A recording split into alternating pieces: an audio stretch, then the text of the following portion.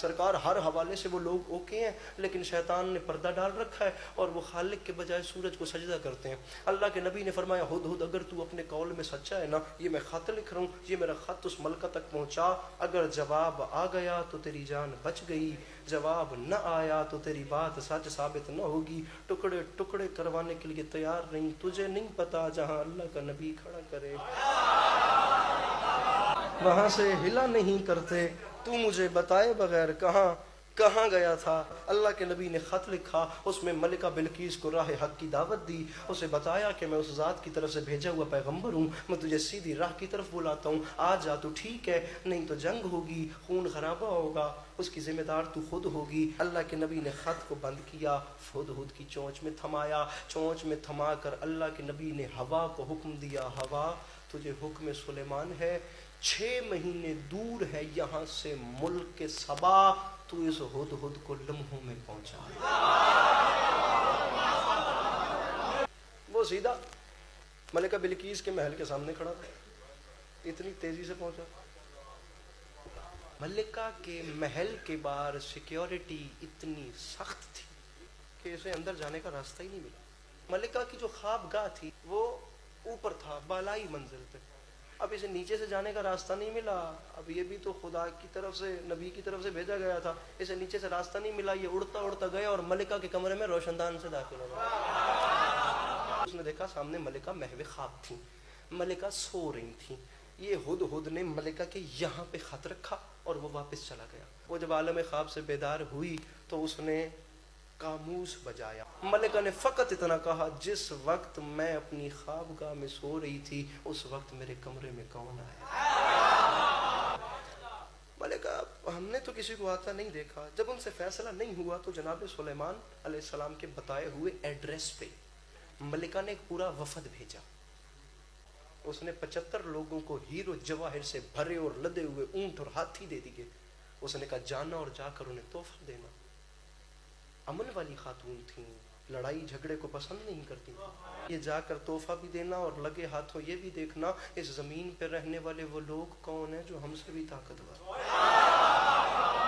اب جب وہ سب چلے تو ان میں ایک ماسٹر مائنڈ تھا، اس نے اس سالار کو بلا کے کہا کہ تو ان سب میں سب سے ذہین ہے، میں تجھے سب سے قیمتی تحفہ دے رہی ہوں، 25 اینٹیں میری جانب سے، سونے کی 25 اینٹیں دے رہی ہوں، یہ تو نے اسپیشلی جا کر ان کے بادشاہ کو تحفہ دینا ہے اور اس کو جا کر کہنا ہے ہماری ملکہ لڑائی جھگڑے کو پسند نہیں کرتی، آپ ایسے ہی جلال میں آ گئے ہیں، یہ تحفہ دینی ہے تاکہ انہیں پتہ چلے کہ یہ پیغام محبت ہے۔ اس سے 25 اینٹیں دیں، 75 آدمیوں کا وفد روانہ کیا، 6 مہینے کی خاک چھان چھان کے 75 آدمیوں کا وفد ملک سلیمان سے کچھ دنوں کے فاصلے پہ پہنچا۔ یہاں دربار سجا تھا، یہاں وہی ماحول تھا، بیچارے ہدہد کی جان سولی پہ لٹکی تھی۔ اللہ کے نبی کو اچانک وحی کی خدا نے، سلیمان تو نے پیغام بھیجا تھا، سلیمان اس نے وفد بھیج دیا، سلیمان تو تیاری کر۔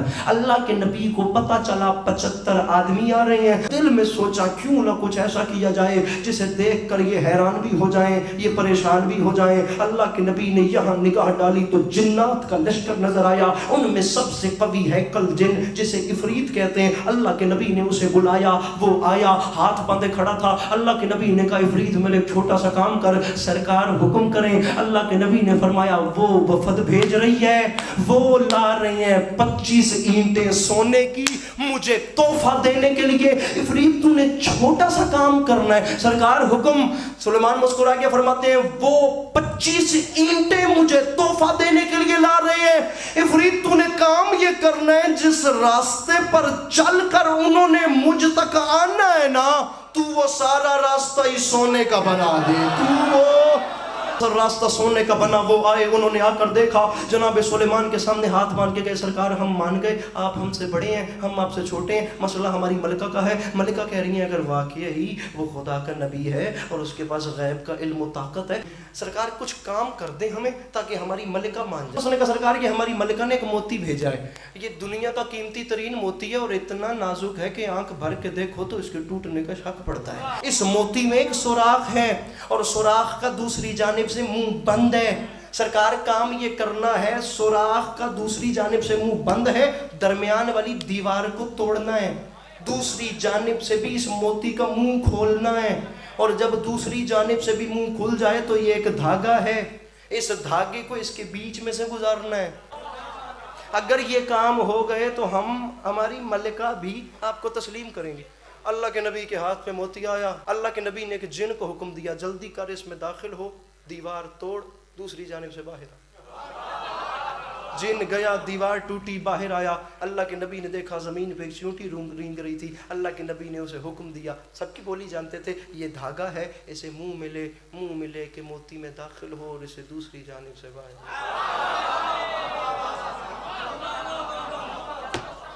کام ہو گیا۔ 6 مہینے کا سفر کر کے وہ واپس پہنچ گئے۔ انہوں نے واپس جا کے اپنی ملکہ سے کہا سرکار ہمیں ان کو ماننے کے علاوہ اور چارہ کوئی نہیں ہے، وہ ہر حوالے سے ہم سے بڑے ہیں، جو ہمیں نظر نہیں آتے وہ ان کی نوکری کرتے ہیں۔ ملکہ انہیں تسلیم کرنا پڑے گا۔ ملکہ بلقیس بھی امن والی خاتون تھی، اپنا تمام ملک چھوڑا، اپنا وطن چھوڑا، جہاں وہ سنبھالا تھا وہ جگہ چھوڑی، تمام عوام اور لشکر کو ساتھ لیا، اپنا وطن چھوڑ کے ملک سلیمان کو روانہ ہوئی، اپنا گھر چھوڑ دیا سلیمان کو دیکھنے کے تجسس میں کہ میں جا کر دیکھوں وہ کون ہے جس کے پاس غیب کی طاقت ہے۔ مین مسئلہ تھا ملکہ بلقیس کے تخت کا۔ تخت اتنا وزنی تھا کہ 6 مہینے دور اٹھا کر نہیں لے جایا جا سکتا تھا، کتنے پہاڑ عبور کرنے تھے، کتنے دریاؤں سے گزرنا تھا، کتنے صحراؤں کو عبور کرنا تھا، اس کے بعد جا کر ملک سلیمان آنا تھا۔ اور وہ تخت جسے ایک وقت میں 50 لوگ اٹھائیں، اسے لے کر کتنے پہاڑ عبور کیے اور گزر کیے جا سکتے ہیں۔ ملکہ نے 40 محل بنوائے، ایک سب سے بڑا محل، اس کے اندر اس سے چھوٹا محل، اس کے اندر اس سے چھوٹا، کر کے محل در محل، آخری 40ویں محل میں اس نے تخت رکھوایا، اسے باہر سے لاک 40 لگوائے، ان کے اوپر 10,000 کا لشکر جرار اس تخت کی سیکیورٹی میں کھڑا کیا، کبھی وطن میں واپس آنا پڑے تو اپنی قیمتی چیزیں تو استعمال کے لیے ہو، وہ سیکیورٹی کھڑی کر کے اپنا تمام اسباب سفر لے کے ملکہ بلقیس اپنے ملک کو چھوڑ کے ملک سلیمان کی جانب روانہ ہوئی۔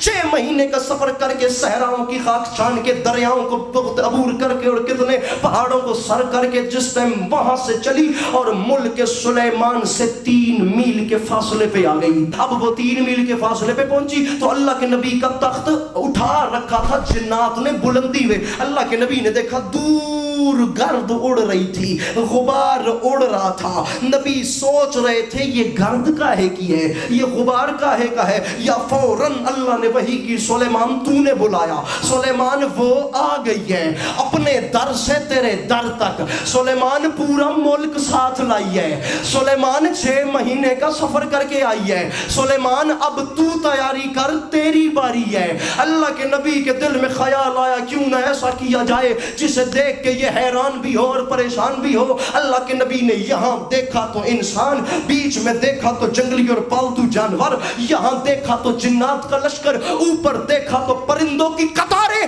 اللہ کے نبی نے ایک پھیپھڑا پھاڑ صدا لگائی، اللہ کے نبی نے فرمایا مخلوق خدا وہ آ گئی ہے 6 مہینے کا سفر کر کے بالکل میرے سامنے، کیا تم میں سے کوئی ایک بھی ایسا ہے جو اس کے آنے سے بھی پہلے اس کا تخت مجھ تک لے آئے؟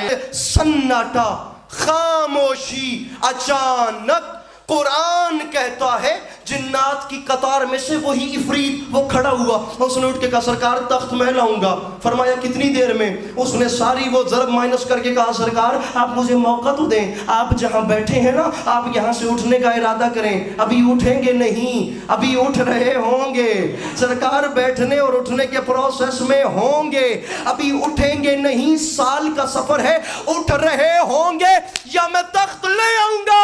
اللہ کے نبی نے مسکرا کے فرمایا نہیں عفریت، تو دیر کر رہا ہے، مجھے جلدی ہے، آئے ہائے، ارے تو دیر کر رہا ہے، مجھے سلیمان کو اس سے بھی جلدی چاہیے۔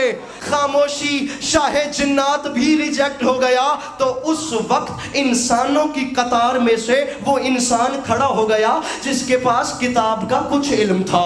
میرے 6 معصوم بتا گئے، جناب آصف بن برقیہ وسیع حضرت سلیمان کے وسیع بھی تھے اور چچا زاد بھائی بھی تھے، وسیع بھی تھے، چچا زاد بھائی بھی تھے، وہ کھڑے ہوئے، سرکار تخت میں لاؤں گا۔ نبی خدا نے حیران ہو کے فرمایا وہ میرے اٹھنے سے پہلے لا رہا تھا اور میں نے اسے ریجیکٹ کر دیا، جنات کا سردار تھا، تجھے کتنی دیر لگے گی؟